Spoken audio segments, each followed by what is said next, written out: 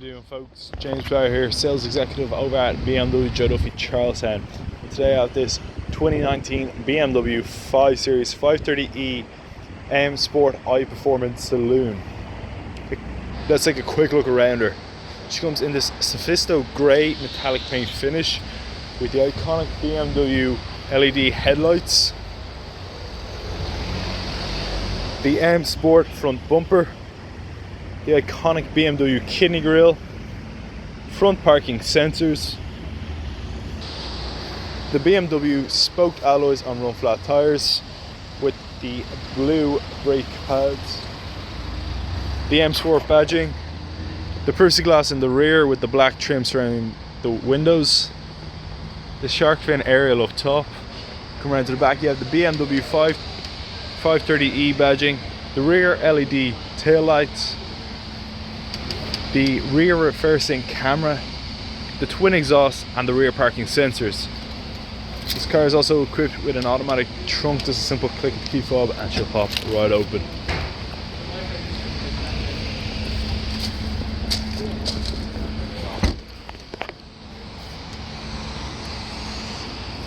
Now let's take a quick look at some of the specs on board this 530e. Now that we're inside, you can see the fully digital cockpit, the multifunctional BMW M Sport paddle shift steering wheel, the BMW teleservice fully touchscreen, the BMW iDrive system that allows you to quickly access the teleservice. Some features include enhanced Bluetooth, sat-nav navigation, connective drive, radio and different kind of medias. You have the 360-degree parking sensors alongside the parking camera.